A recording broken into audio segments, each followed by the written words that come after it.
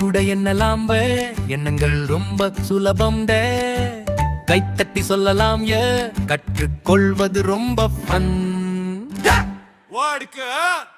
ஒரு ஆப்பிள் மரத்திலே ஒரு சொல்றாள் ஒன்று என்று, இரண்டு பந்துகள் துள்ளுது ஒரு குதிச்சு ஹாய் சொல்லுதா.